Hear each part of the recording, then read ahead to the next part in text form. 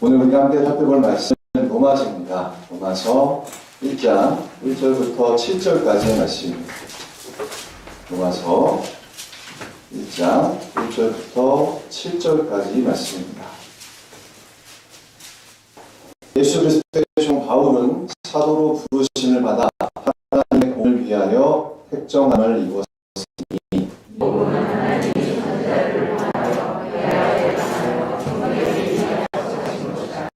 그의 아들에 관하여 말하면 육신으로는 다윗의 혈통에서 나셨고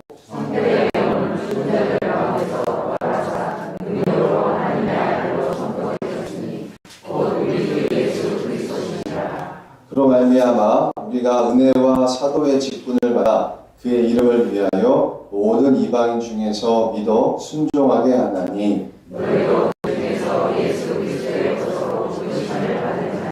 같이 읽겠습니다. 로마에서 하나님의 사랑하심을 받고 성도로 부르심을 받은 모든 자에게 하나님의 아버지와 주 예수 그리스도로부터 은혜와 평강이 있기를 바라노라. 아멘. 오늘 우리가 살펴보고 있는 말씀은 로마서입니다. 로마서는 우리가 잘 알고 있는 것처럼 바울이 로마 교회에게 보낸 편지를 말하고 있습니다. 대부분의 학자들은 로마 교회가 어떻게 탄생됐는지에 대해서는 자세하게 알 수 없다고 말하고 있는데요. 아마도 사도행전에서 오순절에 성령이 임했을 때 그 자리에 있었던 유대계 로마인들을 통해서 로마 교회가 세워졌지 않았을까, 이런 가능성에 대해서도 말하고 있습니다. 그래서 로마 교회는 유대인들과 이방인들로 구성된 교회였습니다. 그리고 이것은 유대인과 이방인들 간의 갈등이 암시되는 대목이기도 했습니다. 그 긴장의 중심에는 바로 모세의 율법이 있었죠. 유대계 그리스도인들은 계속해서 율법을 지켜야 된다고 주장한 반면에 이방인 그리스도인들은 더 이상 율법을 지키지 않아도 된다라고 말하면서 이 서로 간의 주장이 달라서 어느 정도 충돌이 예상되는 지점입니다. 그리고 이 문제를 바로잡기 위해서 바울이 로마 교회에게 편지를 쓰게 된 것입니다. 먼저 오늘 본문은 편지의 형식답게 바울의 인사말로 오늘의 말씀을 시작하고 있는데요. 여기에는 이 편지를 보내는 사람이 누구인지, 그리고 이 편지를 받는 사람이 어떤 사람인지, 보내는 사람과 수신자에 대한 그 설명들이 담겨 있습니다. 특별히 본문의 이 인사말이 다른 서신들보다 좀 길다는 것을 우리가 좀 더 염두에 생각해 본다면, 아마도 바울은 자신이 로마 교회를 세우지 않았기 때문에, 그리고 로마 교회를 한 번도 방문한 적이 없었기 때문에 자신이 누구인지를 설명하는 것이 상당히 중요했을 것이라고 여겨집니다. 자신이 누구인지 설명해야 되기 때문에 인사말을 상당히 자세하게 기록했다라고도 우리가 생각해 볼 수가 있는 거죠. 그럼 오늘 본문에서 바울은 자신을 어떻게 소개하고 있을까요? 본문에 비춰지고 있는 바울은 어떤 모습일까요? 1절의 말씀인데요. 1절의 말씀을 제가 한번 다시 읽어보겠습니다. 1절입니다. 예수 그리스도의 종 바울은 사도로 부르심을 받아 하나님의 복음을 위하여 택정함을 입었으니. 아멘. 가장 먼저 바울은 자신을 어떻게 소개하고 있냐면, 나는 그리스도의 종과 사도로 부르심을 받았다, 이렇게 하면서 자신을 소개하고 있습니다. 어떤 일을 하는 하인이나 일꾼 정도가 아니라 그보다 더 강한 표현으로 자신은 그리스도의 종이며 노예라고 설명하고 있는 거죠.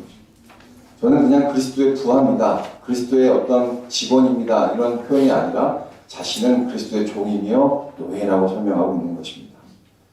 우리가 잘 알고 있는 것처럼 바울은 당대의 최고의 학자라고 불리는 가말리엘의 또 제자였고, 태어나면서 로마 제국의 시민권을 가지고 태어난 사람이었습니다. 지금으로 말하자면 지금 엄청난 학력을 가진 사람이고, 또 집안도 나름 엄청나게 대단한 집안에서 태어났다는 것이죠. 그런데 그럼 바울이 지금 자신을 소개하는 데 있어서 자신이 얼마나 대단한 사람이냐면 하면서 설명하고 있는 것이 아니라는 겁니다. 자신의 학력과 집안이 남다르지만 그럼에도 자신을 소개하고 있는 것은 그리스도의 종이며 노예라고 자신을 설명하고 있습니다. 이것은 어쩌면 당시 사람들에게 있어서 상당히 충격적인 표현일지도 모르겠습니다. 고대 사회에서, 지금도 우리한테 그런 인식이 남아있긴 하지만 고대 사회에서 노예와 당나귀는 다 똑같은데 조금이나마 차이가 있다면 노예는 그저 말을 하는 정도다. 이렇게 사람들이 얘기할 정도로 노예는 사람 취급을 받지 못했습니다. 그저 말하는 짐승 정도로 여겨지는 것이 이때 당시의 노예에 대한 개념이었습니다. 그리고 우리가 영화에서도 볼 수 있다시피 어떤 사람이 돈을 주고 노예를 사면 그때부터 그 노예는 이름도 없어지고 생각도 없어지고 그저 그 주인의 소유가 되어버리는 거죠. 한마디로 재산이 됩니다. 인격적인 인격체가 아니라 그냥 물건이 된다라는 것입니다. 이런 배경에서 바울이 자신을 그리스도의 종이라 이렇게 소개한 것은 그는 그리스도께서 핏값을 주고 사신 바가 된 자라는 것이고 그래서 그리스도의 다스림을 받는 종이라는 표현입니다. 그리스도의 뜻이 바울의 뜻이 되는 것이고 그리스도의 그 거룩함과 완전하심이 바울의 거룩함과 완전함이 된다라는 것이죠. 이뿐 아니라 또 바울은 자신이 복음을 전하는 사도로도 부르심을 받았다라고 이렇게 말씀하고 있습니다.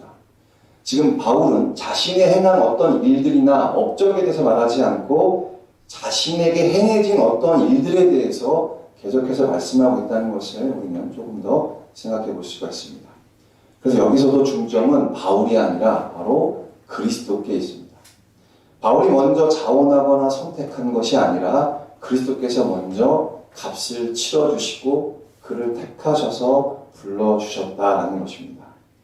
오직 그리스도에 의해서 설명되어지고 그리스도로 인해서만 존재되어지는 삶, 그것이 바로 바울이 자신을 소개하는 신분이고 정체성이었다는 것입니다.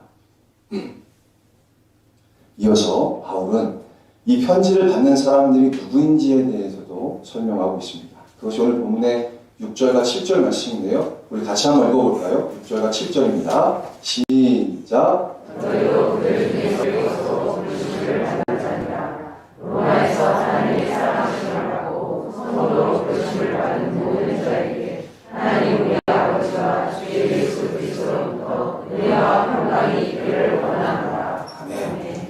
앞에서 바울은 자신이 지금까지 이루었던 어떤 업적과 성과가 아니라 그리스도께서 행하신 일들에 대해서 자신을 소개하고 그것이 자신의 신분이라 말했습니다. 자신의 정체성이 그의 업적이 있지 않고 바로 그리스도께 있다는 것을 분명히 말씀했죠.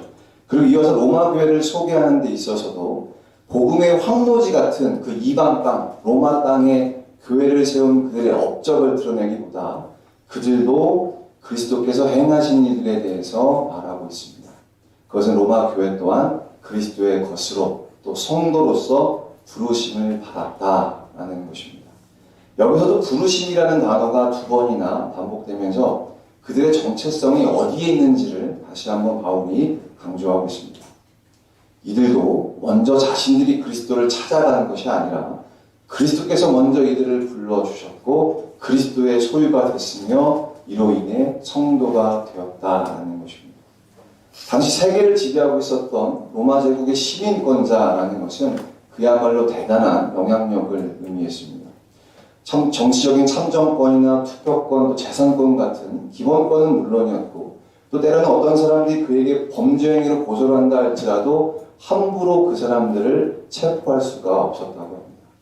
또 설사 혹시나 체포가 됐더라도 재판을 받는 그 과정 또한 그 신변의 안정을 철저하게 보장받을 수가 있었고 또 판결에 불복하고 황제에게까지 상소할 수 있는 그야말로 엄청난 권한 행사하는 사람이 로마 시민권자였다는 것입니다. 그런데 바울은 그들이 가지고 있는 어떤 특권과 영향력으로 그들을 규정짓기보다는 바울처럼 그들도 그리스도의 것이 되었고 그리스도의 부르심을 받았다라고 말하고 있습니다. 그리스도의 소유가 되는 것, 이것만이 그들을 규정지을 수가 있고 그들을 설명할 수가 있다라는 것이죠. 이것이 바로 오늘 말씀의 주된 내용입니다. 한 명은 사도이고 또 한 부류는 성도이지만 모두가 다 그리스도의 종이고 그리스도의 소유라고 말하고 있습니다. 그들은 사도와 성도, 유대인들과 이방인들 이전에 또 종이나 자유인 이전에 다 그리스도의 종이며 그 종의 부르심을 받은 자들이라는 것입니다. 그럼 도대체 이 부르심이라는 것이 무엇일까요? 도대체 이 부르심이 무엇이길래 이들을 다 종이 되게 하고 노예가 되게 만드는 것일까? 이 부르심이 어떤 영향력이 있길래 이렇게 사람들을 포로로서 잡아가게 되는 것일까요? 우리 출애굽기 말씀이네요. 출애굽기 말씀 볼까요? 출애굽기 21장 5절과 6절 말씀입니다. 네, 출애굽기 21장 5절과 6절 말씀 다 같이 한번 읽어보시면 좋겠습니다. 자, 만일 종이 분명히 말하기를 내가 상정과 내 처자를 사랑하니 나가서 자유인이 되지 않겠노라 하면 당신이 그를 데리고 재판장에게로 갈 것이요 또 그를 문이나 문설주 앞으로 데리고 가서 그것에다가 송곳으로 그의 귀를 뚫을 것이라. 그는 중심으로 그 상전을 섬기리라. 아멘. 출애굽기 21장은 우리가 잘 알고 있는 부분입니다. 여기서는 자발적으로 노예가 되는 그 과정들에 대해서 설명하고 있습니다. 우리가 잘 알듯이 이스라엘 노예들은 7년이 되면 자동적으로 자유인이 될 수 있는 권리가 있었다고 합니다. 이스라엘 백성들이기 때문에 그들이 아무리 노예가 되어도 7년이 되면 해방을 누릴 수가 있었다는 것입니다. 그런데 만약에 그 노예가 자신의 주인을 너무나도 사랑한 나머지 자신의 주인을 너무나도 사랑해서 자발적으로 노예가 되기를 자원한다면 그는 평생토록 노예가 될 수 있었다라고 말하고 있습니다. 바울은 로마서에서 이 종의 부르심을 복음으로 설명하고 있습니다.